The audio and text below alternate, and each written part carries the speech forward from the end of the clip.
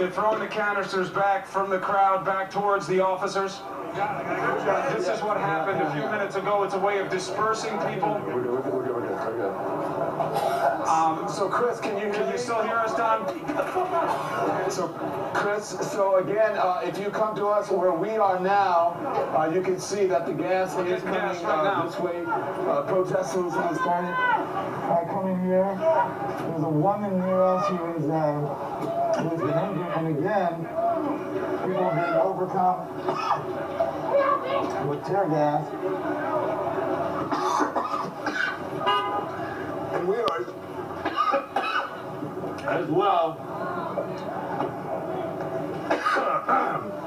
We can get some water. I want to go now to CNN's Jason Carroll.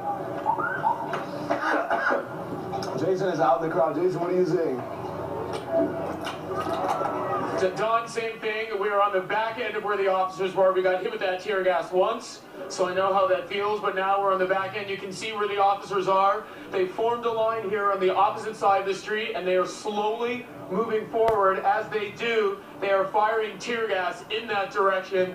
As we've been down here on this end, you can see one of the police cars here that the protesters banged. They smashed the windows here. They were throwing bricks. Many of the bricks, this is what they were throwing at some of the police cars as demonstrators were coming through the street here. But you can see the line of officers now. They've cleared the demonstrators off from this point.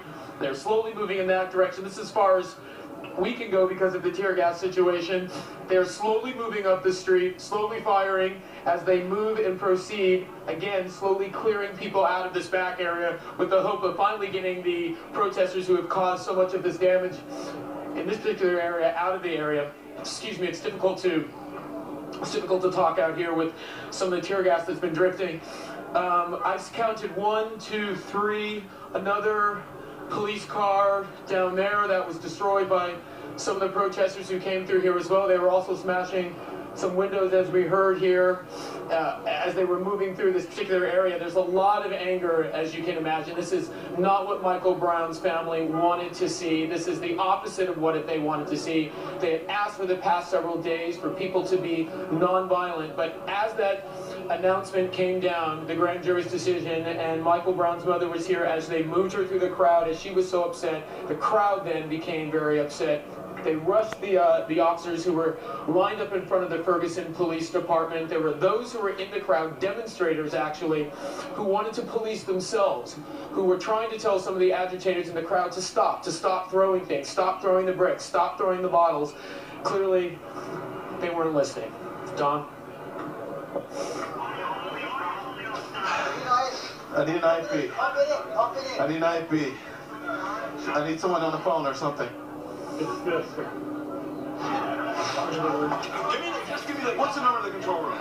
I have it. I also want to tell you a little bit more about what we've been seeing down here, because you can see the officers, they continue to move slowly up the street, continuing to keep those who are causing the problems off the sidewalks. An announcement came down saying that if you were on the street, you would be arrested. We saw several arrests take place right here, right now, where I'm standing just a few moments. Right now, Van Jones and I are here. You can see the police have assembled. This is where they decided to stop. These are all the heavy police vehicles. They have shot a lot of tear gas. We've been told, Van, as you know, that they weren't going to do it. Let us broadcast, okay?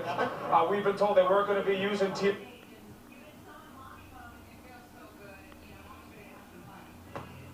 There's a lot of tear gas used. Some flashbangs were used. They were using beanbags to disperse the crowd. The crowd was not ready for it. It was certainly effective dispersing it, but we weren't ready as well. You got it up here. We were down where it was starting. Yeah, we were. People were trying to broadcast. We got hit. The tear gas was really serious. So a lot of people fell down. Security grabbed some people and pulled them away, but it was really tough scene here. I don't know what was going on, but I know that I was crying for help. I saw a lot of people that you guys see on TV crying for help with the tear gas hit. They're shining a very bright light at us right now. They were trying to overturn a police car.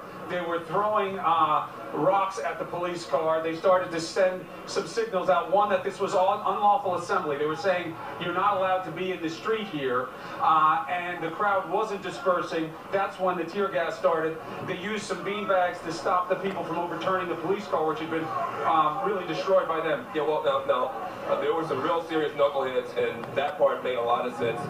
Once they started stampeding people back up, once you had people stampeding back up, the addition of the tear gas, I think, made things a lot worse for a lot more people. Well, it's certainly damaging, but it did disperse the crowd. I mean, one of the risks for us when you're covering this is that you wind up being too close to situations. And again, the police have made their line here. I can't see them because they're shining a very bright light in our eyes right now, but behind that is a line of police. They are armed, but they are not brandishing the weapons right now. Frankly, they haven't needed to, because they dispersed everybody so rapidly with the tear gas. Don's back now. People had to spread out and go. We're not hearing, we're just broadcasting, because we lost IFB. They're trying to dial us back in. We're fine, we got a little overcome. Again, the situation right now is that the police have stopped here right in front of the fire and police station. I don't know why they're shining this light right at us right now, but the crowd is largely dispersed. It's reassembled down the street. There is a fire burning there right now. It is quiet back down at the other side of the street where this happened, but it seems to be a storefront, Don, if you can see there, Van, what that is that's burning. Yeah, there are flames in this. They're trying to wire us up. Yeah. So